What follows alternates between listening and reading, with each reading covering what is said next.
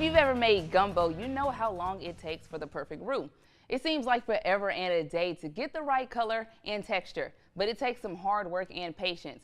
Now use that analogy for the Cajuns. Louisiana has chipped away at the Sun Belt Championship title for years now, and this season proved them worthy of hosting. Guys, it's senior night here at Northwestern, and they're honoring their group of 10, but of those 10, stand out a special two to head coach Brad Laird. Now, although this is C.J. McCollum's first year with the New Orleans Pelicans, he's had plenty of Game 3 situations. So he says getting that first win on the road was huge, but he also preaches that this late in the postseason, nothing is guaranteed. Cecilia is a very high-powered offense. This team hasn't scored any less than 46 points all season. And after their only loss to St. Martinville in week 1, they haven't shown any signs of slowing down. Despite being swept at Texas State last weekend, this Cajuns offense has really found their groove at the plate as they lead the league with the most stolen bases and triples. Playing the numbers game, the Cajuns returned 5 starters, 19 new on the roster, but of the 36 total, Coach Degg says all 4 phases of the game will have to be successful in order for them to win. Not a hard recruiting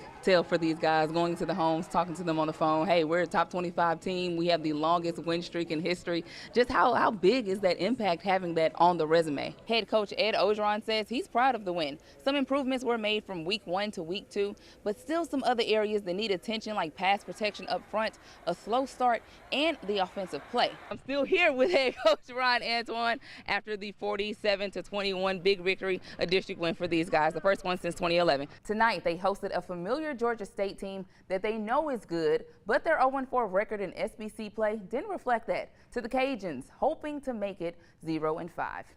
Jordan Brown returning to the lineup after a 1-game absence, but coming off the bench. First half down by 3, Brown providing an immediate spark, and Greg Williams on the pick and pop finds Brown for the triple, tied 15 all. At least try, not just give up. You just can't give up. The last 4 years have been a challenge for Camden Barnard. Day by day, right? Week by week, we consult often with our doctors. Now 11 years old, Cam has battled with leukemia twice. Wise beyond his years, he's learned that his fight is more than physical. It's not like physical strength, it's like mental almost, for me. In his war with cancer, Cam hoped to inspire others, including Saints running back Alvin Kamara. Alvin Kamara is the deep back. Kamara handoff left side. While being treated in New Orleans for 6 months, his story spread around the Big Easy and caught the attention of one superfan. When I got bombarded with tags on this article, initially I laughed, Megan, because I'm like, they think I have this relationship with Gail Benson or something. Like, I can't just pull a string and meet Alvin Kamara, right? Like, I don't have that kind of pull. But I just thought it was awesome that people were tagging me, because they're like, well, man, if anybody knows of a way, Steph knows of a way. Williams then reached out to Pat with the goal of having Cam as her +1 to a charity event that the 5-time Pro Bowler was attending. And 3 months later, 2-time cancer survivor there, Alvin. It was a dream come true for them both. We gave him our bracelet and fist bump, and then we threw the ball, and then I threw him a spiral. And it just really warmed my heart. I was kind of held back, for hard to not cry, because you know how much it means to this kid. But it was the right thing to do, and it meant the world to me to be able to give him the opportunity. In Lafayette, Meagan Glover, with all eyes on him, Thaddeus Sam of Opelousas was just doing what he does best. My dad used to train horses, me and him, and I used to stand up on horses, and ever since then I just fell in love with horses. On Sunday, his 1-year-old calf Levi made his debut in the Palmetto Parade with T. Sam guiding the way, giving his horse Ludacris a break from the spotlight.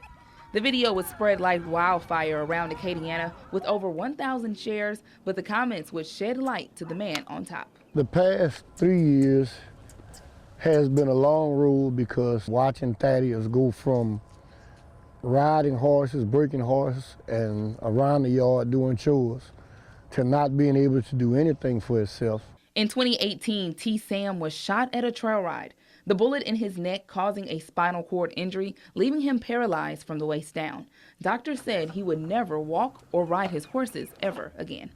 Being in the hospital, laying down with wires everywhere. One response I made to the doctor was, if you continue to tell somebody that's in that condition, the only thing that you will do is condition their mind to want to hurt themselves. After spending 30 days in the hospital and feeling depressed, T-Sam decided to get out of his slump and saddle up. Throughout rehab, he had to learn new ways of still doing what he loved. I came home, I wanted to ride my horse. My daddy put me on my horse, like probably 4th day from being in the hospital. And then I liked it, but I didn't like it because I really couldn't do what I would normally do. One day I just was like, I can't let my little boy see me down, so I just manned up and I started messing with my horses. I asked T-Sam if he spoke with the doctors who told him that he had little to no chance of ever walking again, and he says he wishes he could show them what he's doing now and show them how it's all about the bigger picture. In Opelousas, Meagan Glover, KTC TV3.